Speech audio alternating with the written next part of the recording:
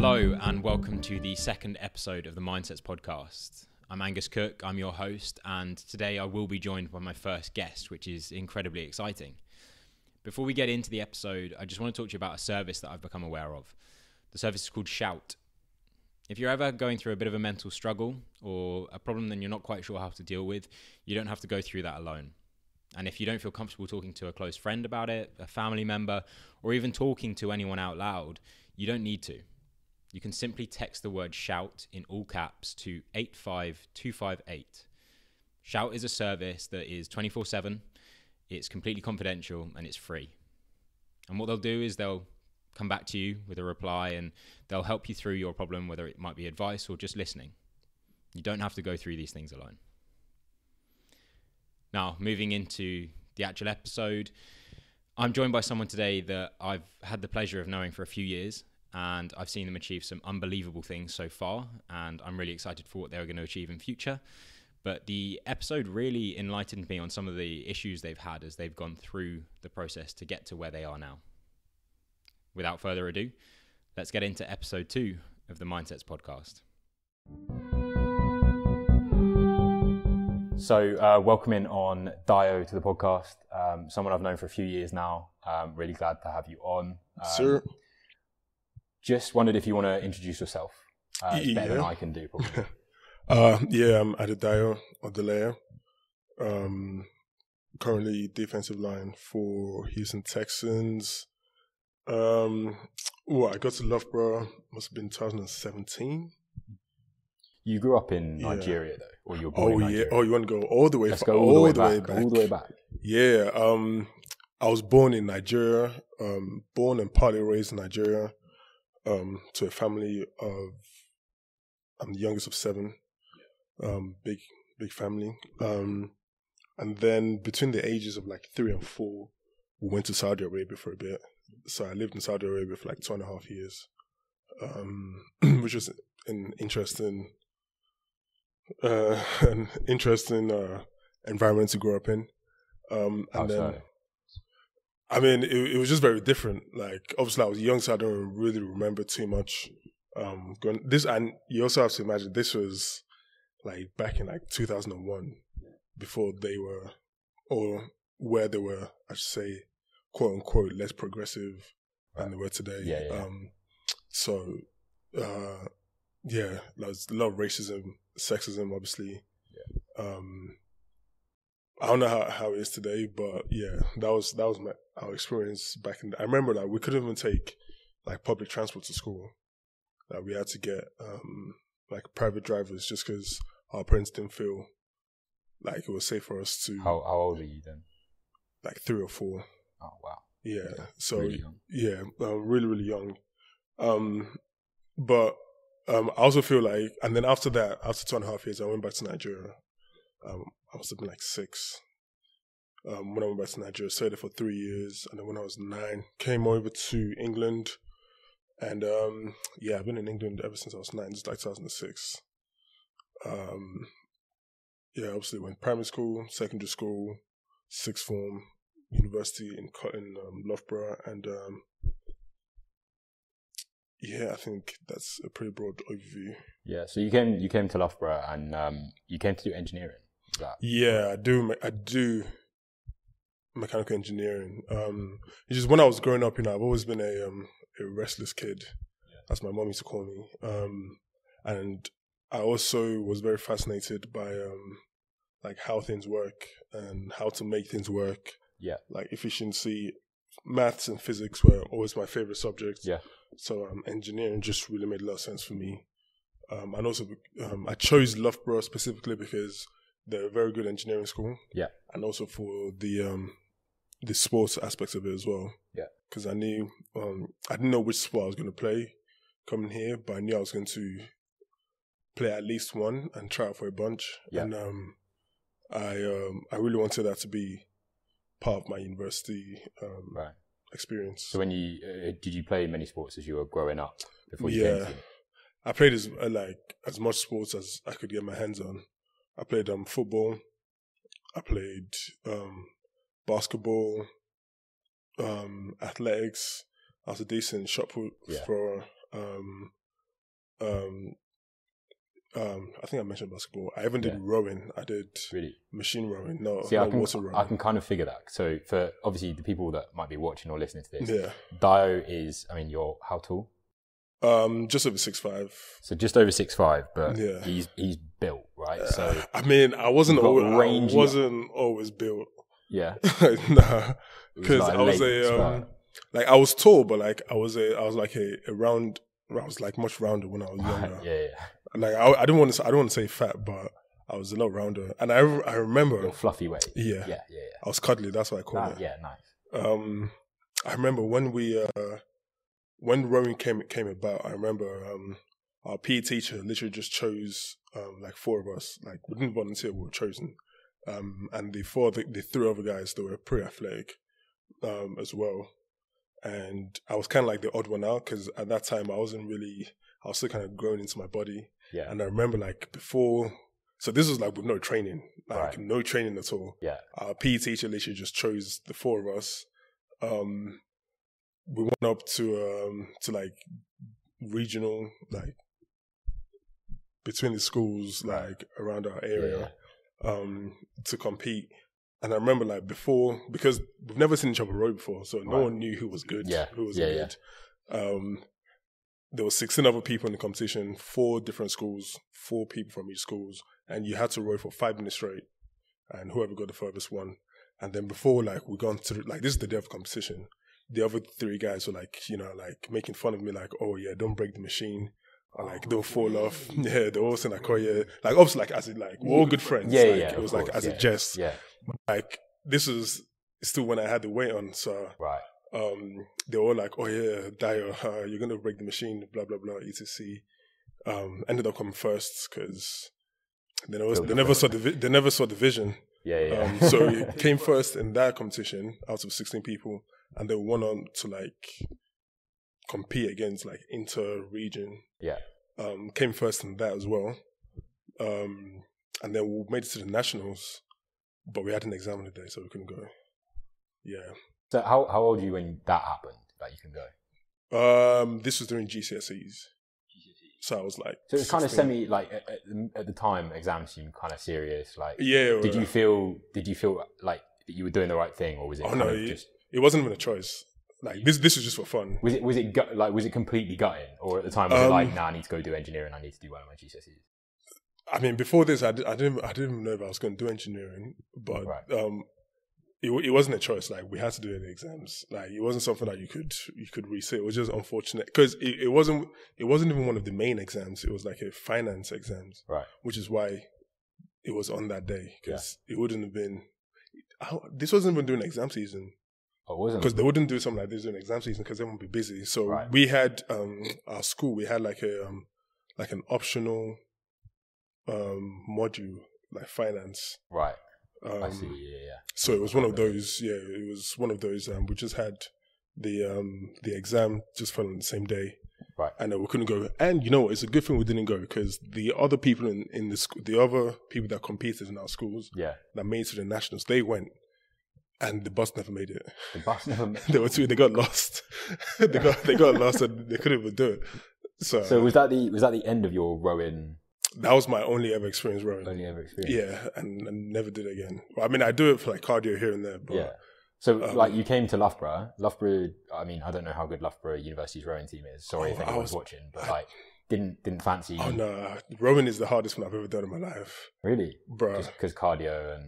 Like running for 5 minutes straight is tough. Like full out. Well, it's more like full out for like 2 minutes, and then you're dying for 2 more minutes. And then the last minute you're just grinding through it with kind of just like you said, it's a bit of a grind, bro. Nah, and because it was the first ever time, like I had rowed for 5 minutes straight. Yeah, I thought I was gonna pass out.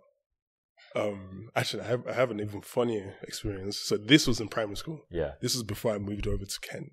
I was still in Sussex at this time. And we had inter-house competition or inter-school competition with other schools. And I think I was in year 6 at the time. I was quote unquote the most athletic in school. Yeah. one of the few black people in school. Right. Still pretty overweight at this time. And they chose me to do 800 meters.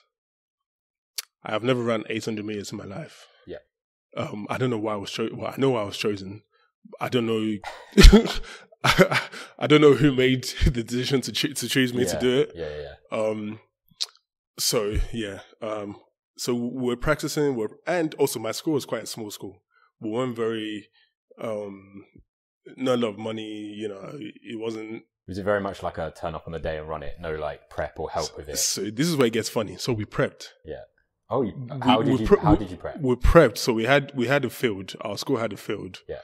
And then obviously 800 meters, you just run around the track. Yeah. Twice. Yeah. It would only be twice if your track was 400 meters. Oh, so you had what, like a 200 meter track. Right. Okay. And whoever was prepping us told us it was 400 meters. No. So obviously all this time, like I remember we would start off to school like on a Monday, all the guys that were competing, and yeah, we'll just run the track. So I was basically prepped to run 400 meters. Right. And then on the day I got to the field, and I was like, bro, this is massive. Yeah, this is a big. Is this an 800 meter track, basically? It was, yeah. Like, it's what it must have looked like. I was like, there's no way I'm running around this twice. Yeah. Because obviously 400 meters, like my prep was, I would basically just sprint, well, not sprint, but like semi-sprint the whole way. Had you not clocked that you've been setting world records? We didn't time. We didn't time. We were just running. we were just running. So we were just running twice around the 200 meter track. And then we got down the day, it was 400 meters, and it was so confusing. I was like, bro, I never prepped for this. Like, yeah. So I ran once and I just stopped. I was like, no, I'm not doing this. I've done my. I was like, this is all you prepped before. And obviously, I wasn't as tall as I am now. Yeah. And I was still pretty bulky. It's like a lot of fat. So I was never built to run. Yeah. I was more of a sprinter. I was never built to run 800, even 400 meters. I wasn't built to run. But yeah, I literally just ran once. And I think I probably did well in the first 400 because in my training, I was just sprinting the whole way. So yeah, I just probably gassed everyone. Yeah, and then after that, I was like, bro, I can't. I'm like, oh wait, I have to do one more. So like, this whole thing you've kind of spoken about being like cuddly, right? When you were younger. Did that, like, I don't really know. Obviously, I met you when you were in your first year of uni. Yeah. And you weren't cuddly then. So like, did you, or in my opinion, you weren't cuddly then. Did you start going to the gym before you came to uni? Yeah. So I started going to the gym like, must have been like a year. Maybe a year before I got to uni. Yeah, like a year and a half. And I remember actually the story that made me go to the gym. I remember those ones, like my uncle from Nigeria, he was visiting us in this country, he was visiting us in England, and like I was walking up the stairs and it was like making fun of me that my thighs kept on slapping into each other, and like that really just got to me. And I think it must have been like a week or 2 weeks later. Yeah. Sign up to the gym. Yeah, luckily I had, so there was a guy that went to the same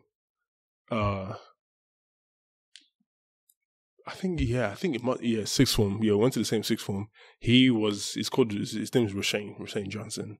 He at the time he was a Wales under 16 like rugby player. Right. He was pretty decent at rugby. So he was obviously already familiar with the gym. He used to go to the gym all the time, like after school. So I were pretty good friends. So I just started following him to the gym. I think I must have went with him for like my first year of the gym was just me and him, just grinding it through. When you look back at those sessions, I mean, would you say that there's many lessons that have been learned since then, or would you say like they were pretty decent and nah, like well, first I'll start from when I first got to the gym. I was struggling to dumbbell press 10 kg. Right. I mean, that's pretty normal. I remember going in and having the same thing. Yeah. But like, it was just like, obviously Rashane, was experienced at the gym, so he was doing like his 25, 30s. Yeah. And I was just like struggling to do 10s. Just to sort of wobble in. Yeah. Which is expected, but it's just obviously with him doing what he's doing next to me, that was kind of quite funny to me. And I remember when I first went to the gym, I did chests like 3 times a week. Right. Just because I didn't want to say I have man boobs, but like I just wanted like a more defined chest. Yeah, more defined chest. So I was doing chest, like that was all I would do, like no legs, no nothing, just straight chest and biceps. In hindsight, do you reckon you would do that now with some of the knowledge you've got? Oh no, I love that. I feel like I obviously I wouldn't advise anyone to do that. Yeah. But I feel like obviously because I was going to the gym just purely for the physical, like for looks, rather than being aesthetic. functional. Yeah. Yeah. So like that was good. Like it got me in looking decent, and it was a phase. It's a phase where obviously you don't need to go through, but I'm kind of happy I did, just because it allowed me to, when I did in the end start focusing on the functional part of the gym. I was like, okay, I've already done all the chest I need to do. I can kind of focus on something else. Yeah. And I remember my sessions used to be like 3 hours long. Yeah, I remember that. Oh yeah, just long session. I used to think, oh yeah, I'm doing, but now like when I go to the gym now, I'm there for like an hour and a half, and I spend about 20 minutes warming up. But just back then, I just used to do just 3 hours, like 2.5 hours, 4 times a week, which while still going to school, and I had a job. Yeah. Which obviously is not advisable, but I feel like back then, like I didn't know any better. So, well, it sounds like because you were doing it for aesthetic and reasons, and there were kind of jokes going around that it was something like, it was higher priority maybe than work and anything else. Yeah, for sure it was. Like it was more of like I just had an image in my head, and the thing about me and my genetics is, if I hadn't like started going to the gym when I did, I would probably still weigh the same. Like I weigh right now maybe 130 kg. Right. That's about 280 pounds. I would probably most likely definitely weigh 130 weigh kg. The same, just as it, because I love food so much.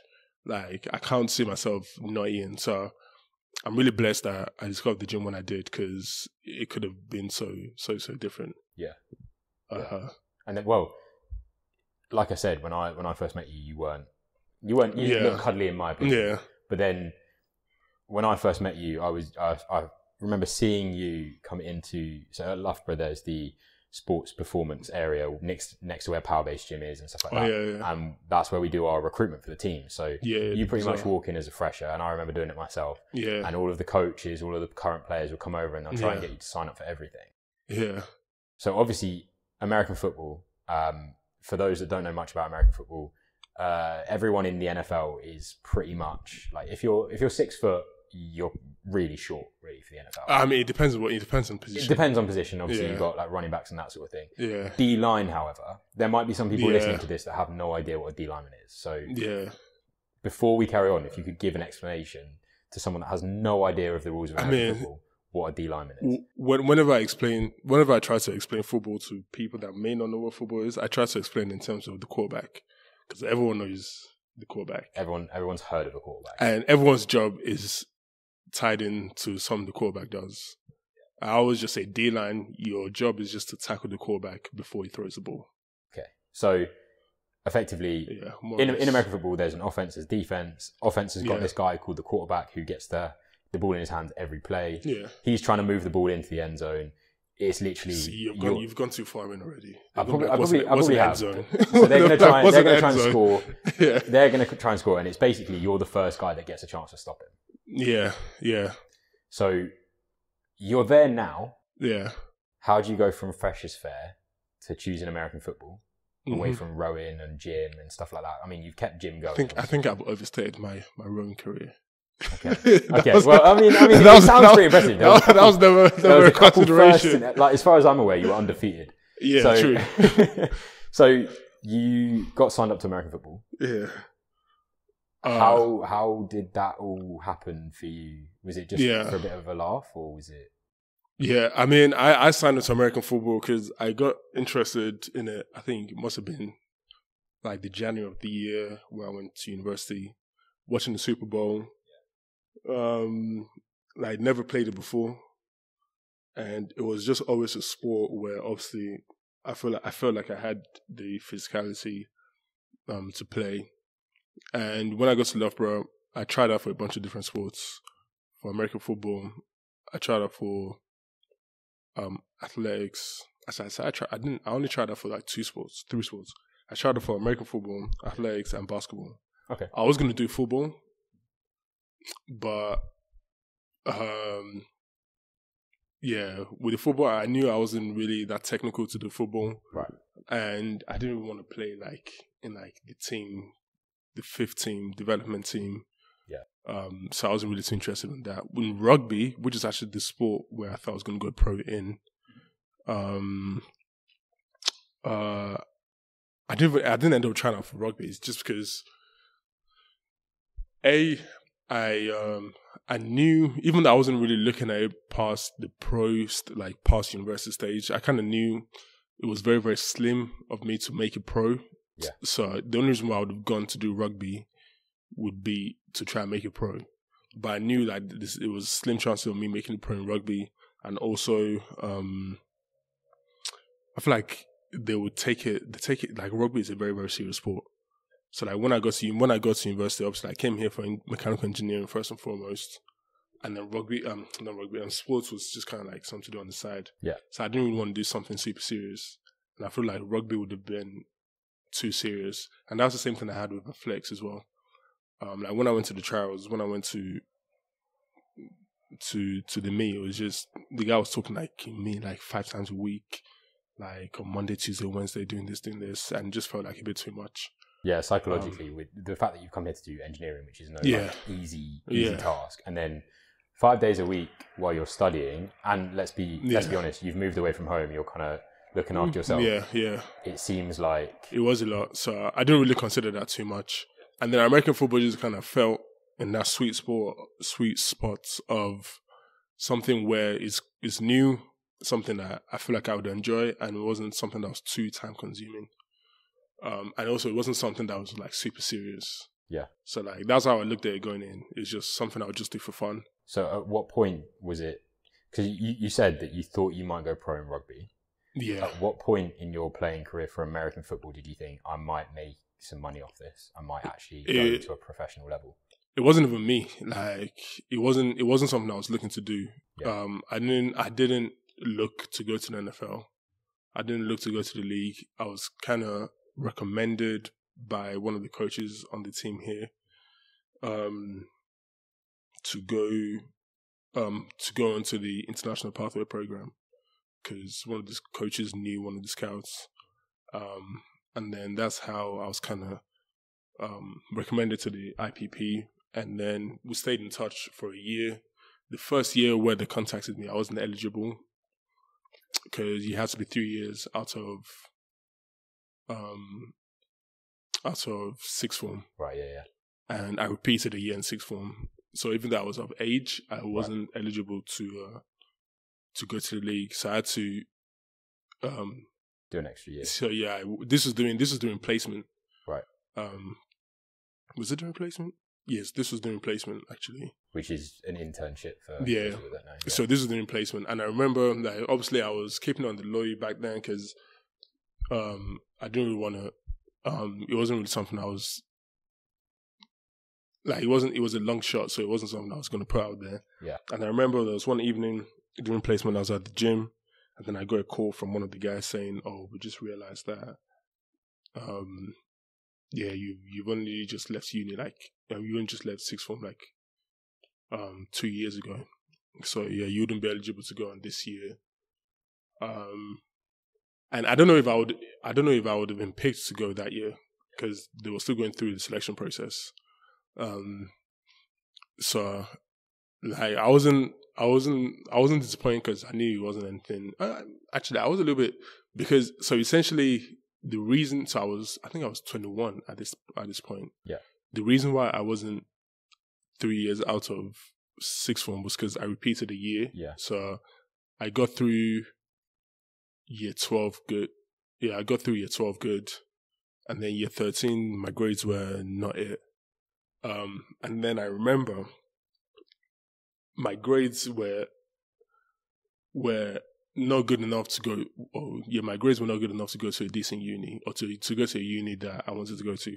And I remember I had a conversation with the head of the year, and he basically gave me like 3 options. It was like, you can either use these grades to go to, a different uni or a uni that would accept you. Yeah. You can come back next year and repeat year 13 again.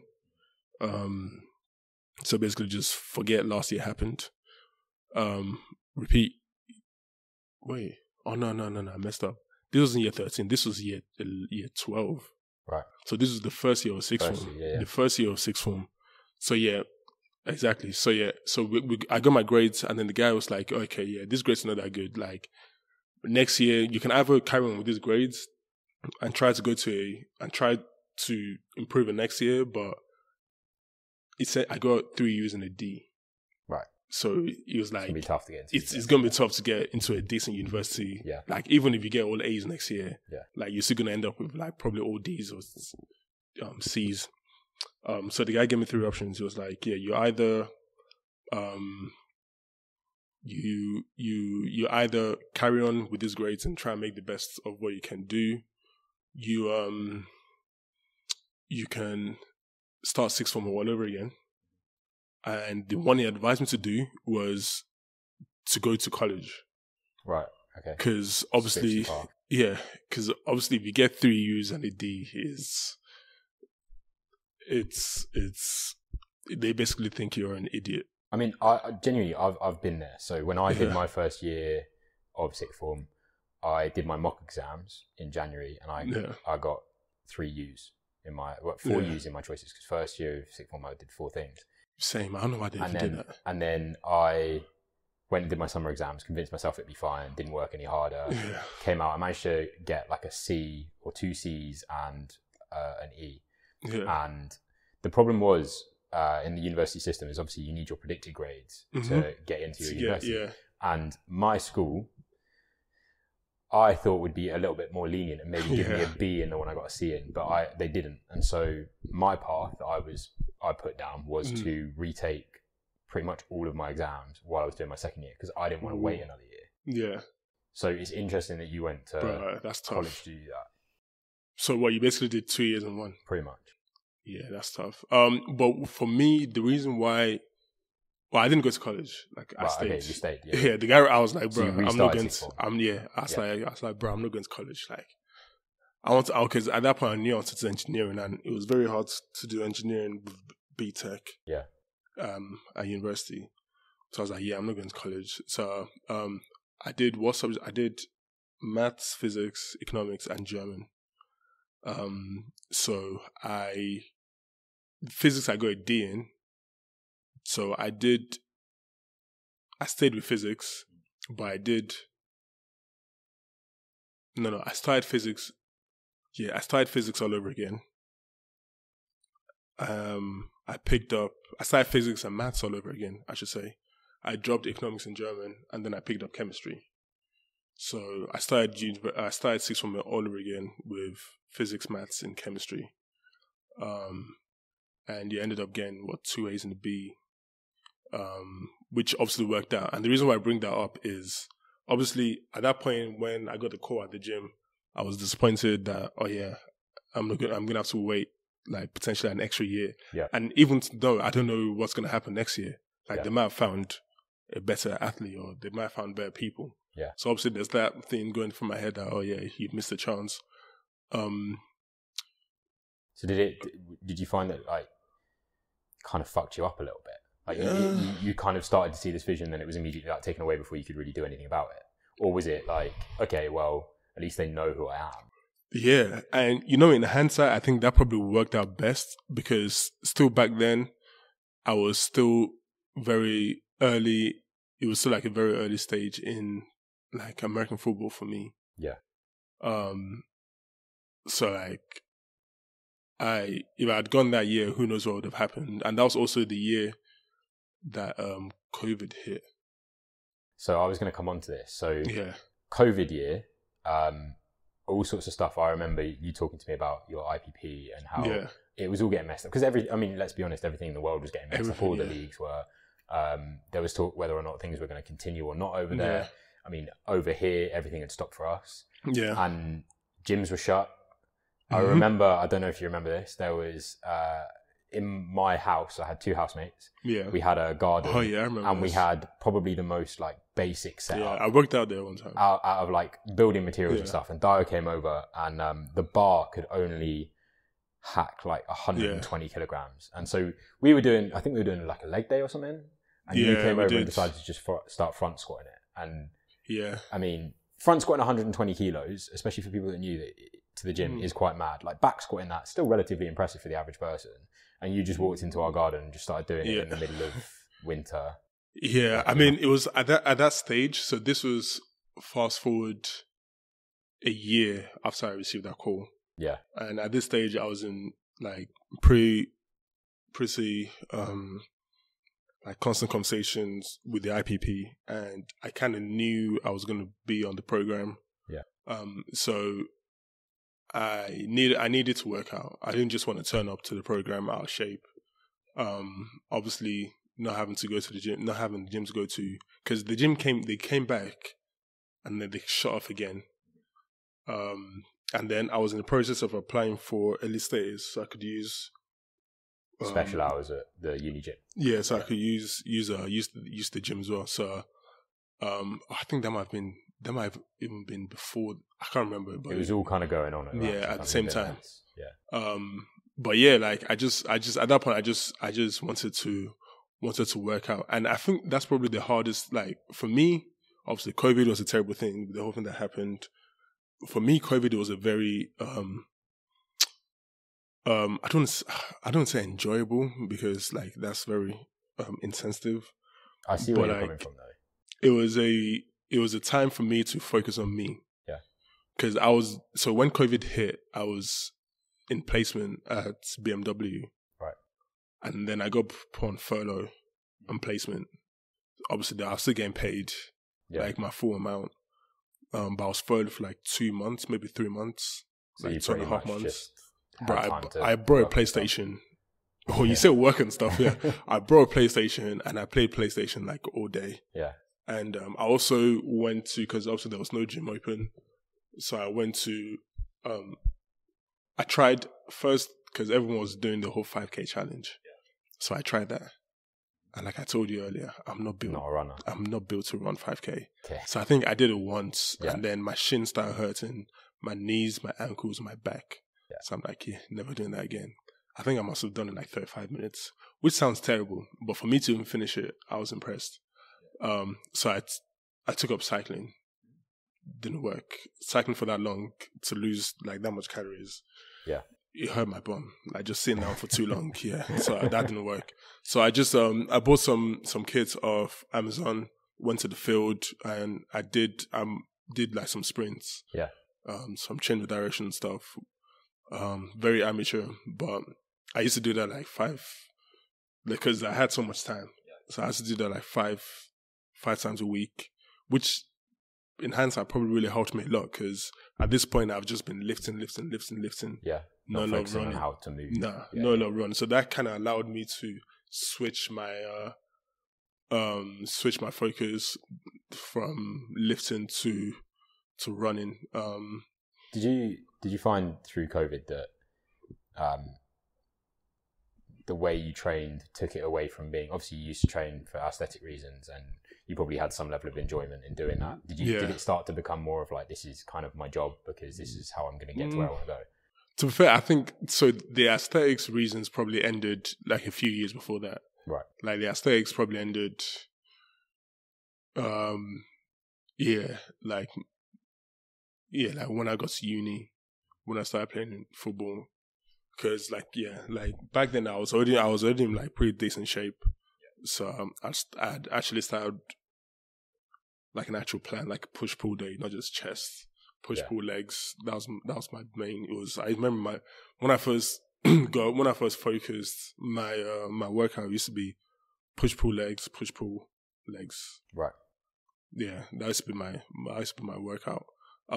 So I think it was when I got approached the first time. That was kind of when. So this is before COVID hit. That was when my mentality changed. Right. To we're not just going to go to the gym and just bench press and do some rows for 3 hours. We actually have to do some other stuff. Which, like looking back on it now, like my training now is so different to how we used to be.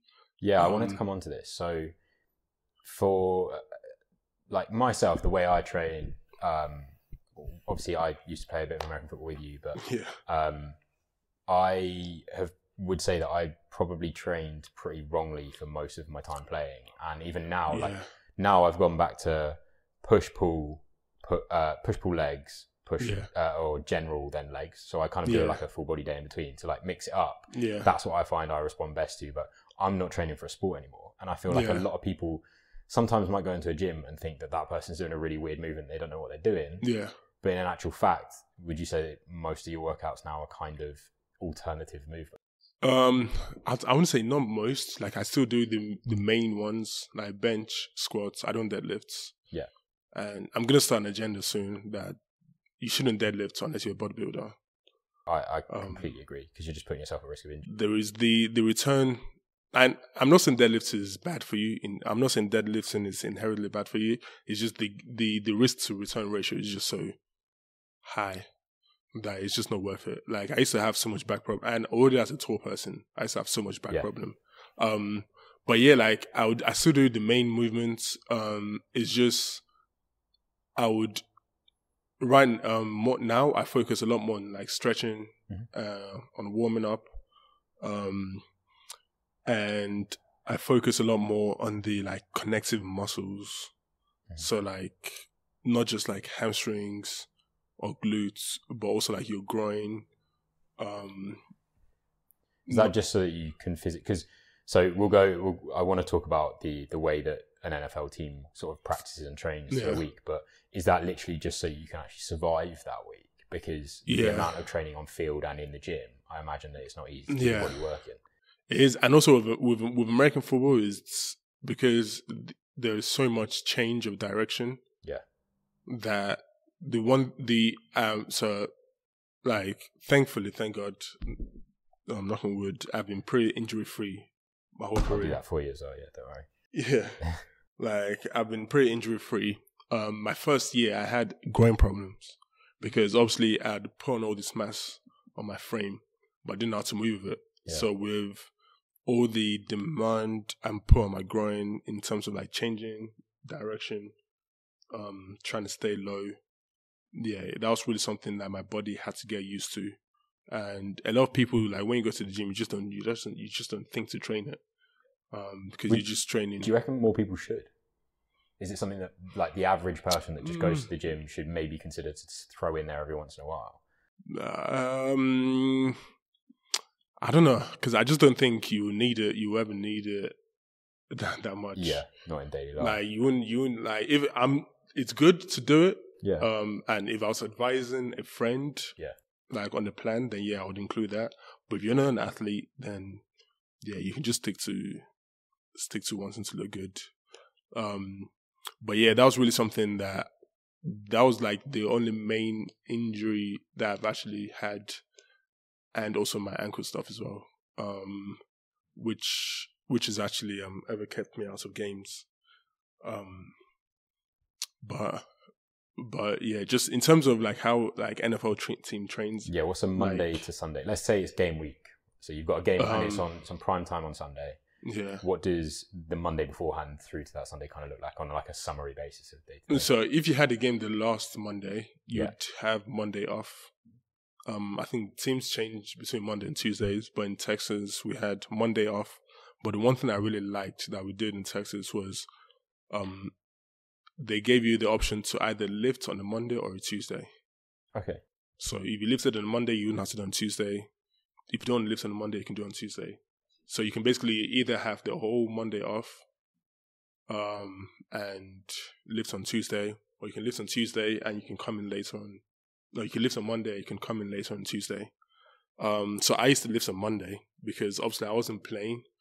So I didn't want to. You were practice squad, which means that you don't necessarily travel to some of the games, but you train with the team throughout the week. Right? Yeah. So Texas we don't travel to away games, which I actually prefer.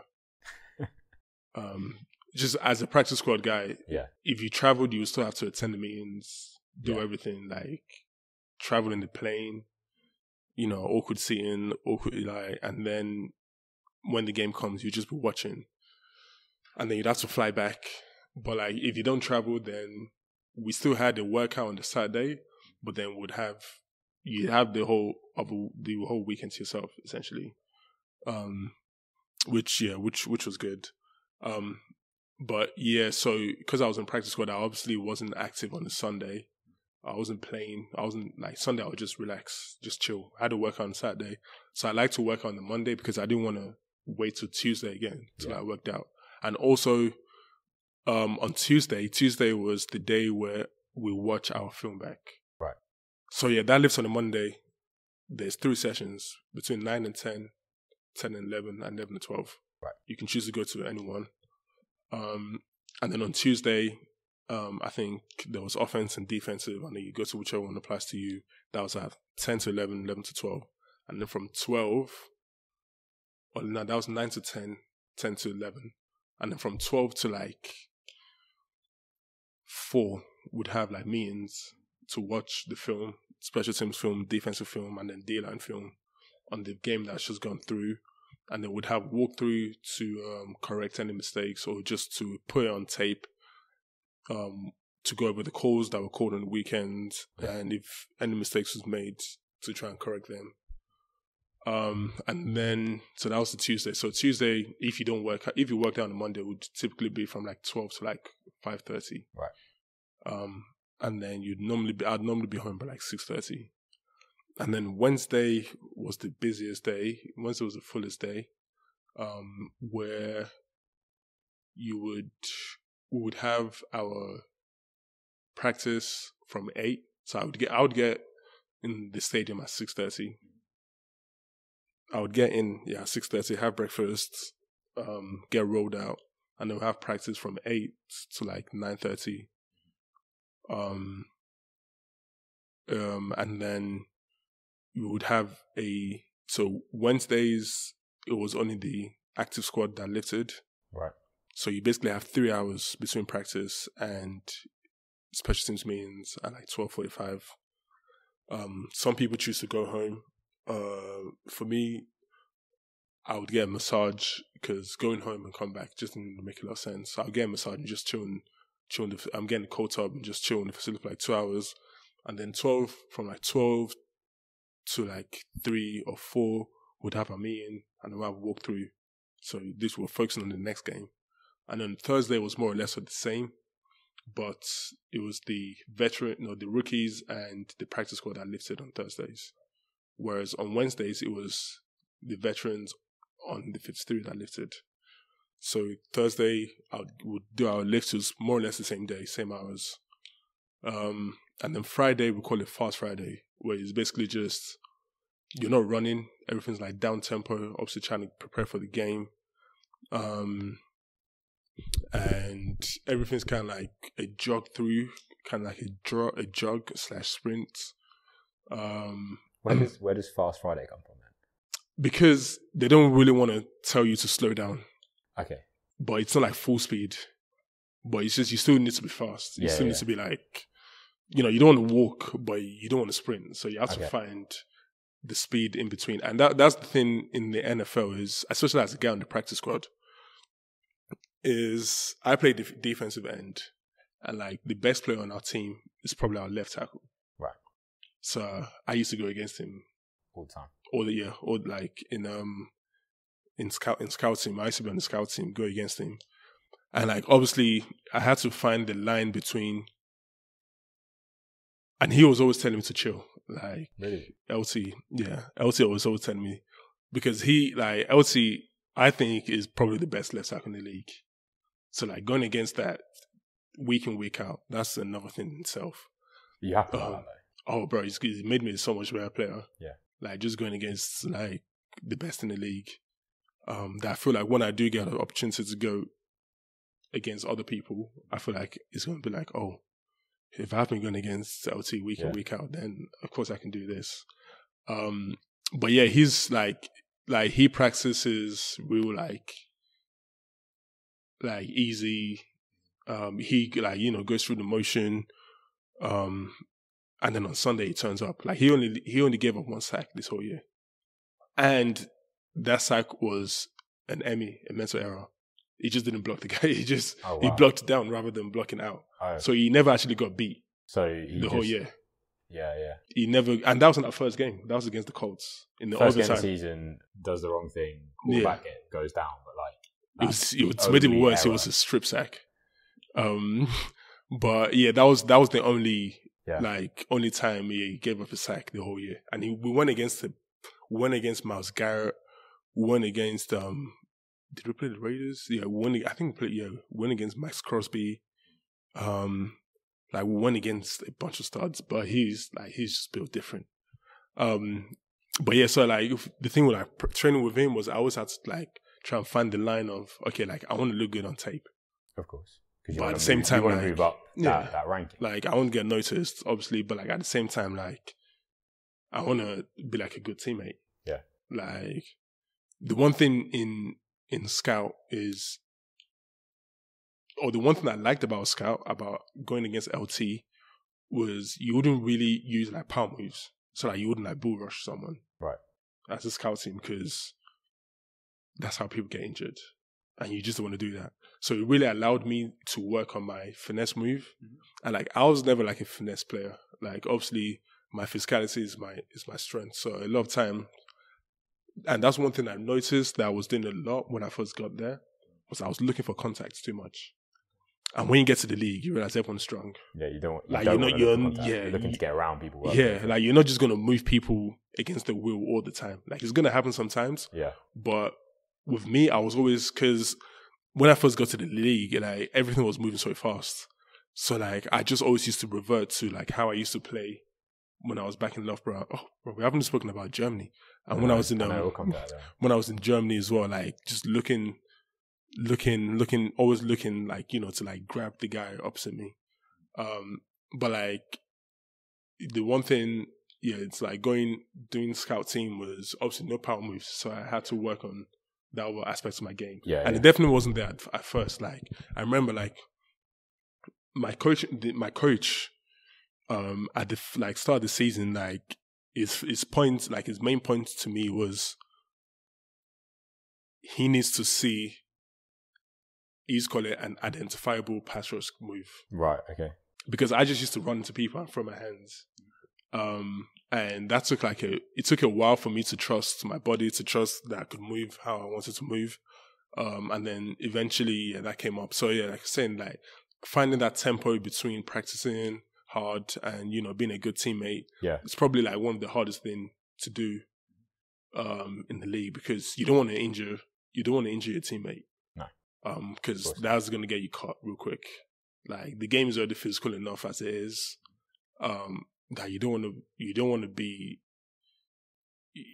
The one thing you don't want to do is like you don't want to do anything that's going to hold the team back. And then at the same time, obviously I watch my reps with my coach.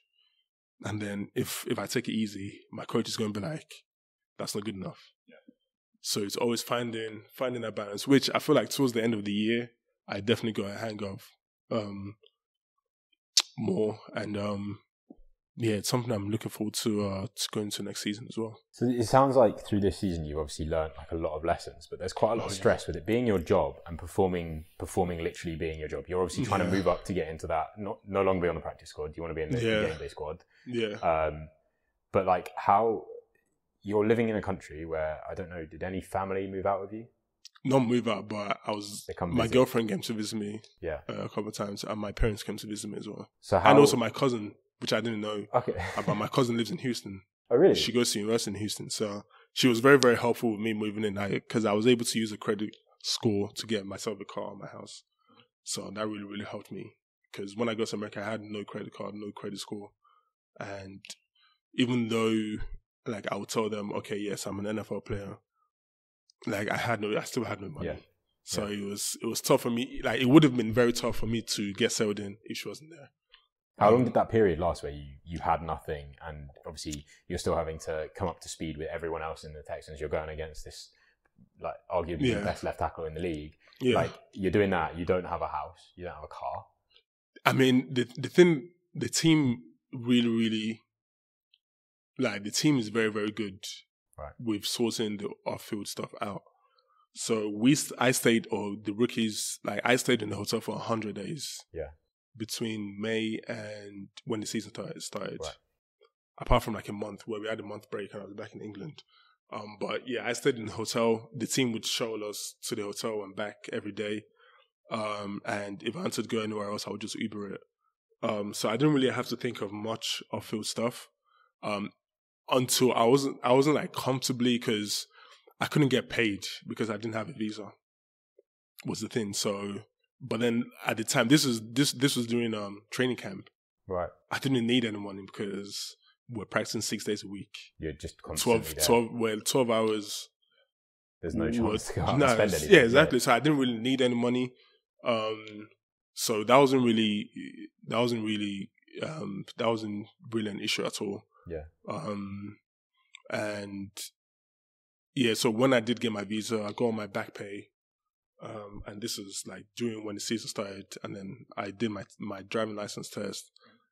I remember I did my driving license test on the same day I had my first game against San Francisco. No, not the first game. My last game against San Francisco. So I passed my test, and then I got my first sack on the same day. I was going to say, so 2 minutes left. 2 minutes left in the fourth quarter. Don't remind me of that. I don't like to talk about that. Okay, well what I'll say is 2 minutes left in the fourth quarter. There's a guy wearing number 14 who now wears number 13 and had a pretty crazy season himself. I mean, offensive rookie of the year. He was offensive rookie of the year. Unfortunately, bowed out with an injury. Brock Purdy was your first sack. My first sack, yeah.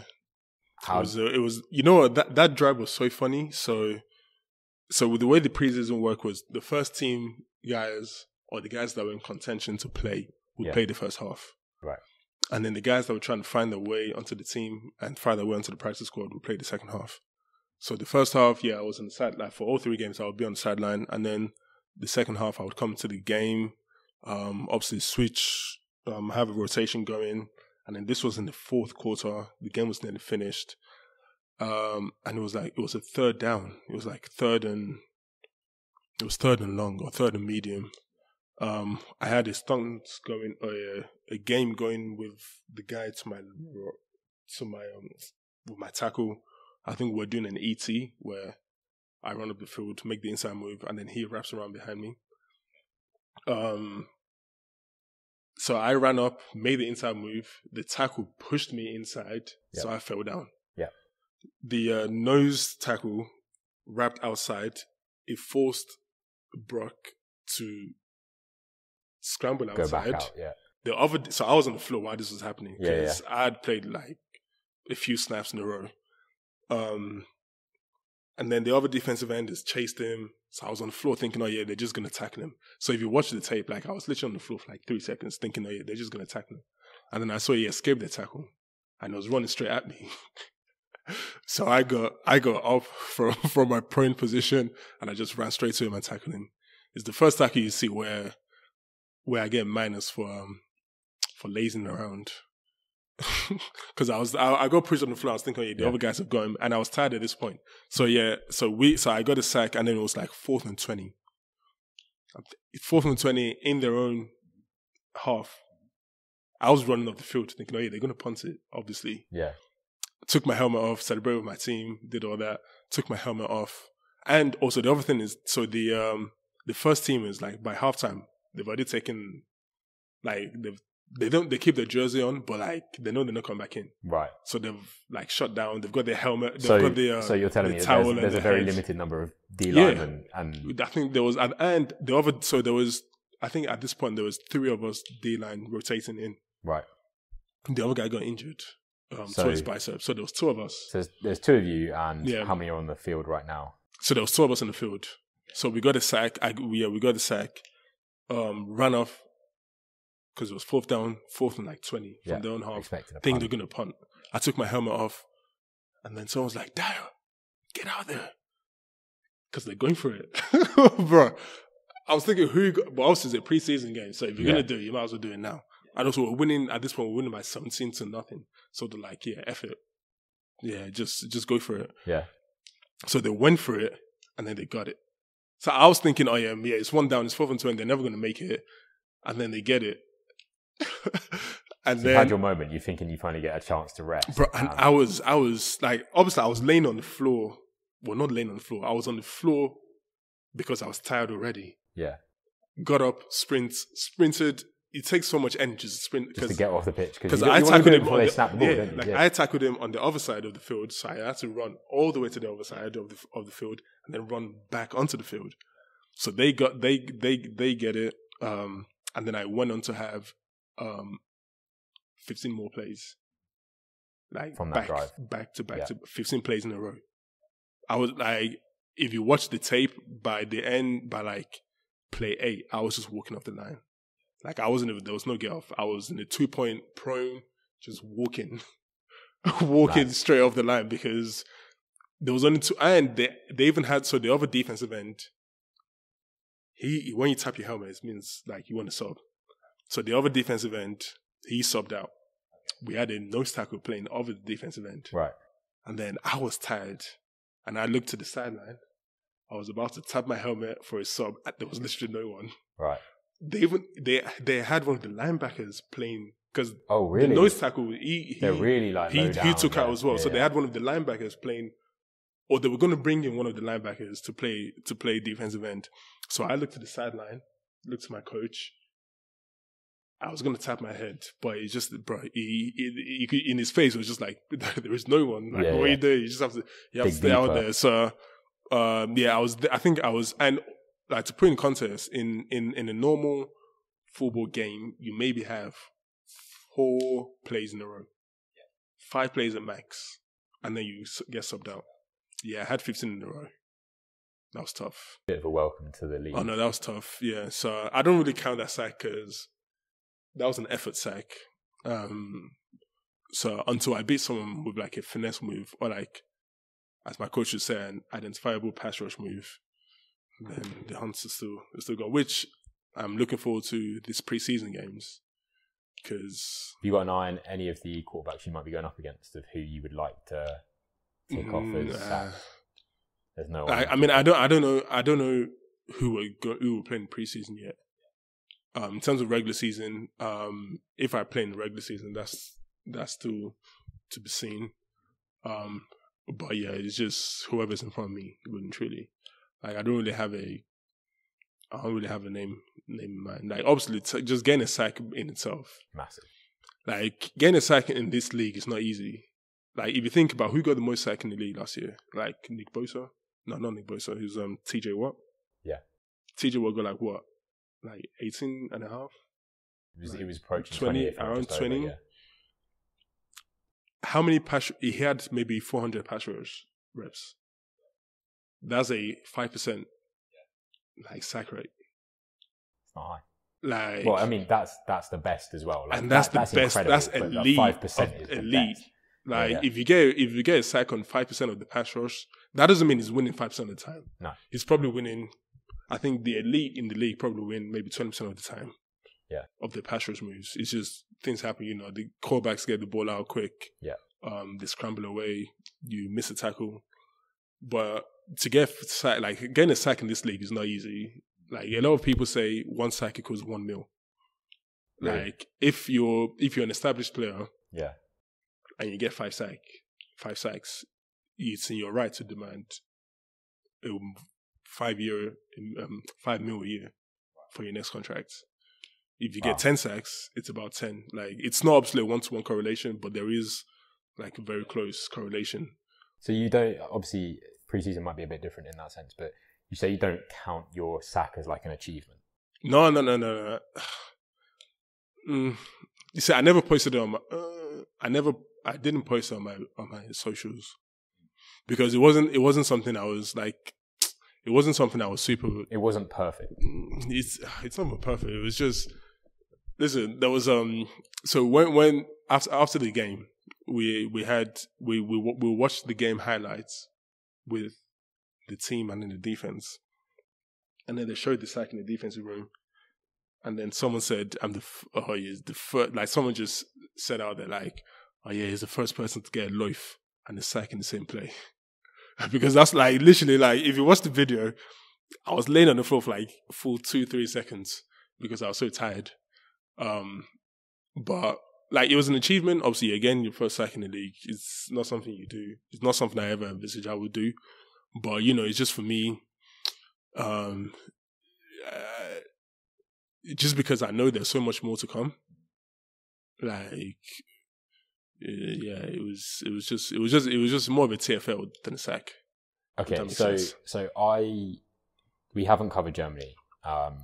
Germany. I'm aware that you had quite a successful year in Germany. Some of your stats that I've read, you were in 34, 35 tackles. Then it was it was something like 14 tackles for loss. I could be butchering you here. I can't remember. I think you had like 7 sacks. It was 8. Eight sacks, and then 8, yeah. You had a strip sack. I had 2 forced fumbles, 1 recovered. So I forced 2 fumbles, but the other team got one of it back.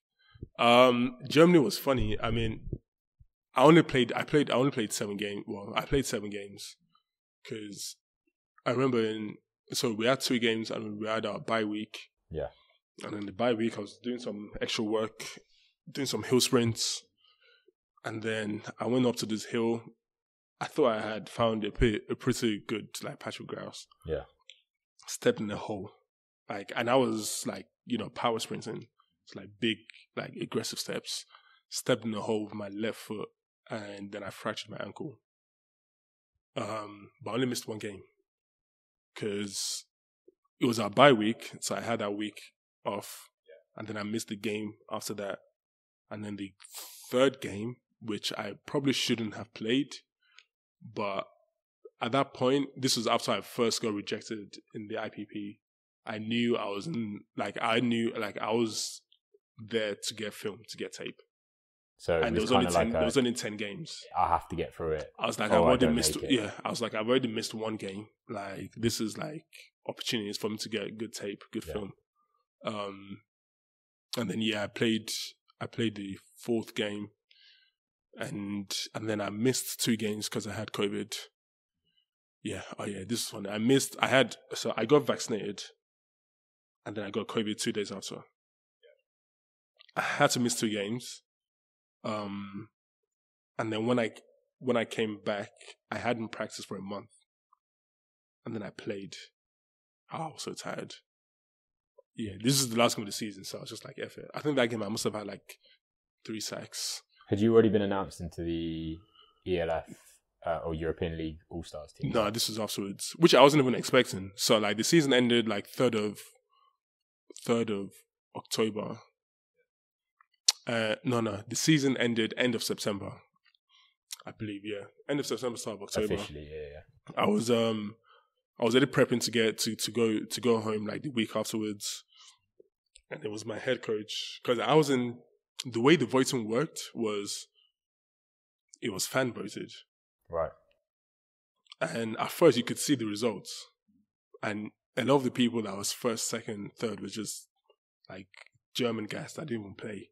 Oh right, so it was just their but families they just knew people, and I didn't even share it on my socials because I wasn't expecting. Like I knew I was good enough. I knew I was one of the best players in the league, but I wasn't expecting to make it because I was like, I'm not a household name. Like my numbers were okay, but they weren't like amazing. What was very good and it was a shame that this isn't tracked, was my quarterback hits.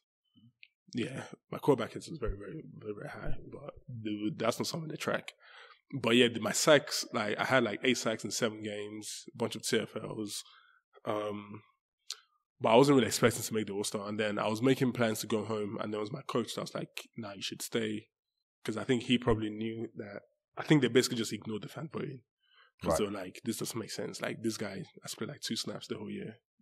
We're obviously not going to take him. So I think in the end, they kind of balanced it out a little bit until they play. Oh no! I think the coaches just decided. Oh, okay. Like they literally they had to, because like it didn't make sense. Right. Like some of the votes that was coming through just didn't make sense.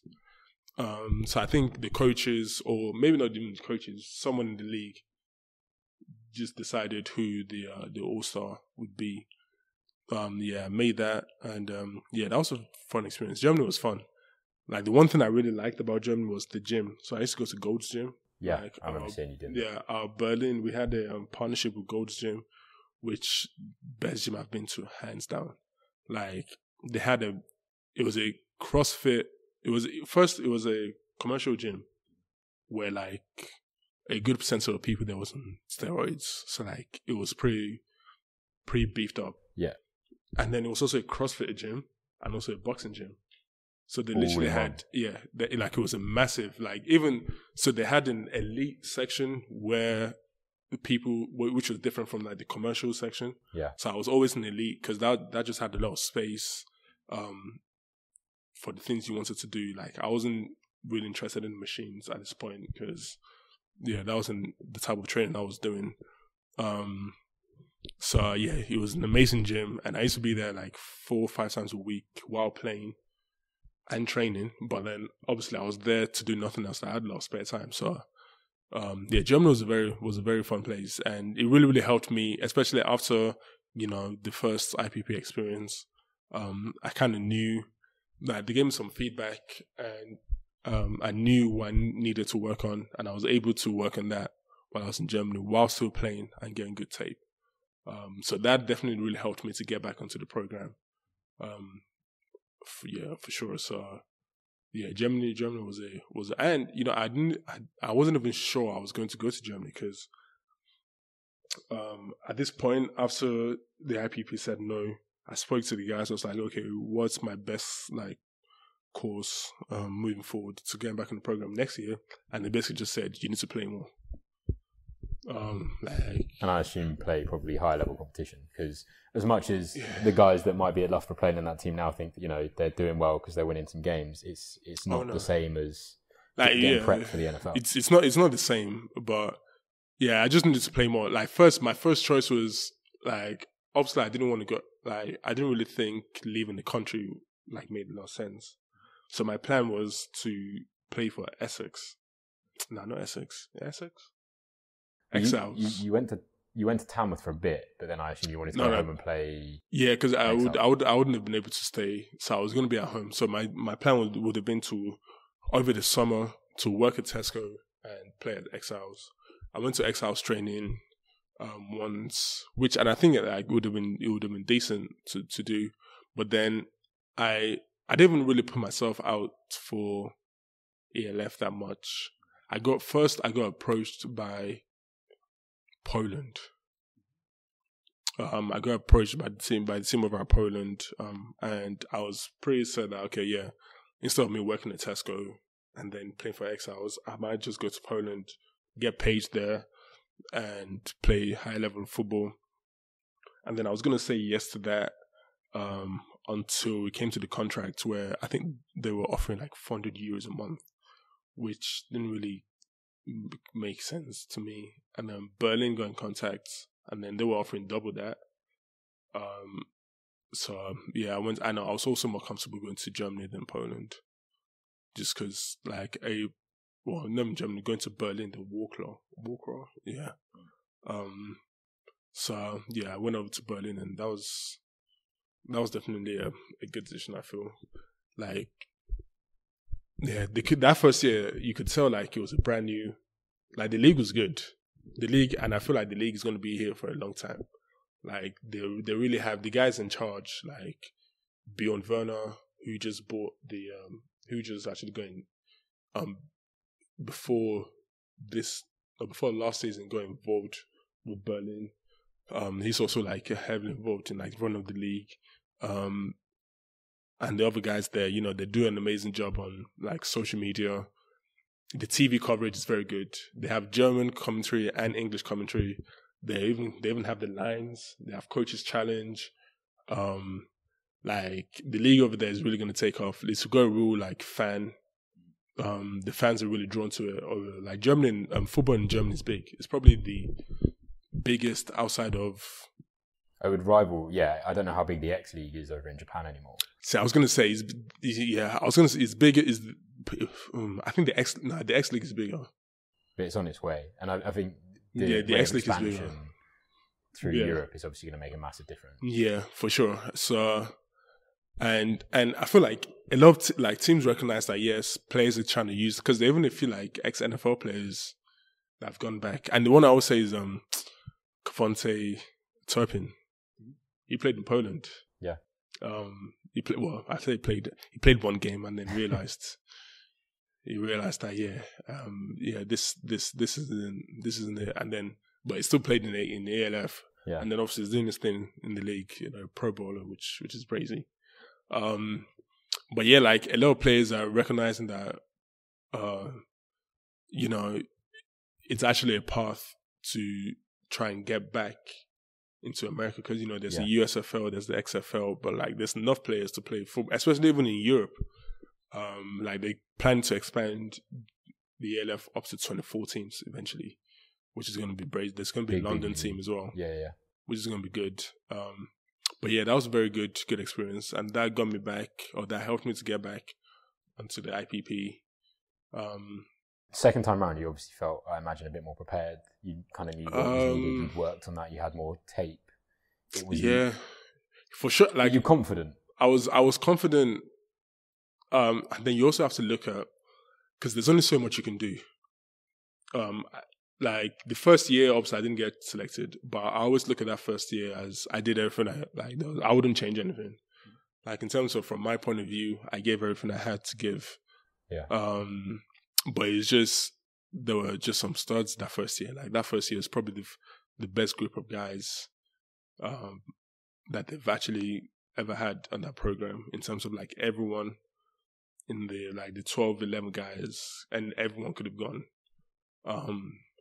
So I just kind of like, you know, looked at it from that point of view as to why other people were chosen. And the second year, also looking at the competition, I was obviously like in everything I do, I'm confident, but like I was confident that year I was going to go through. And it was two very different programs. Like the first year were IMG. Yeah. The second year were Arizona. It was two different, like it was night and day. But the IPP is great. You know, it's the landscape on there is changing a little bit now. Like the program looks very different now as to how it did a few years ago. In a positive or negative? I guess we'll wait and see. Like we'll wait and see. Like there needs to be like a clear definition of, are we going to choose good football players or like good athletes, or just like big human beings? There needs to be like a distinct. Yeah. But then the thing is, at the end of the day, like football is a tough sport, but it's hard to teach someone how to play football. But it's harder to teach someone how to be 6'10". Yeah, and like, you see that, like the International Player Pathway program has got a history of taking people that are usually end up playing D-line or O-line. I mean, yeah, I would still consider you a bit of a trailblazer from the UK going over to the US, but you obviously got FA Abada who has gone through the same program. Like that. Have you spoken to him? Yeah, I spoke to him, not too much. FA is a busy man. But like when I've seen him in person a couple of times, and whenever we're together, we speak. But yeah, like FA's career path, that's. Have you tried to take anything from his career path to help you, or are you just trying to do? No, like FA and I we're very, very similar in terms of builds, similar background. So his game is something that I watch. Like he got last year, I think he got like 5 or 6 sacks, which is pretty impressive. His game is something that I watch and I try to envisage. But we've got like different skill sets, even though we're like similar builds, but we move very differently. He's a lot, like I'd say he's a lot more fluid than I am, and I am perhaps a lot more like power driven. Right. But yeah, there's definitely some overlap in just because we have very similar physical attributes. Yeah. But like his career, like he's been in the league for like what? Like in terms of like active roster, like 4 or 5 years now. Yeah. Like which is not easy. Like the average NFL career is 3 years. Some are lucky to even get there, really. Exactly. So if being like that many years in the league is very, very impressive. So talking in terms of years, year 1, practice squad, you got Impact Rookie of the Year. Is that right? Yeah. You got that award from the Texans. Yeah. What are your goals that you set for yourself for, let's take it up to 3 years? Oh, 3 years. So you've done your first year. No, to be fair, with American football, and especially with the way the international contracts are built, like it's very hard to look 3 years into the future because a lot of things is just how you hand. Like obviously, like I want to be playing from next year onwards, but a lot of it is just so out of my hands because with the way the contracts works, like the team gets like an international player allocation, which is basically an extra player they have on the practice squad. And because a lot of people that come through the IPP don't know how to play football, so they're learning. Yeah. So they're not really serviceable. But for me, I feel like I am like a pretty decent player for the amount of experience I've had. So like it was very easy for me to integrate. So basically the team got like an extra football player. For free. Yeah, rather than a player where they would have to, nurture and coach and tell what's an over and under like on special teams, scout team, I was in every phase apart from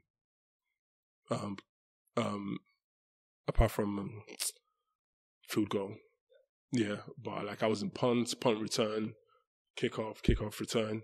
And like a lot of players, like if you're brand new to the league, like the team might not trust you like that much. So like with the way it works is like they basically have an extra capacity. And it would be hard for a team to give that up unless you're very, very good. Because as good as I think I am, like they can find another D-line like me to be in the team. Does that stress you out or does that drive you more than anything? It doesn't stress me out because it comes with the plus and negative because that spot is allocated for an international player.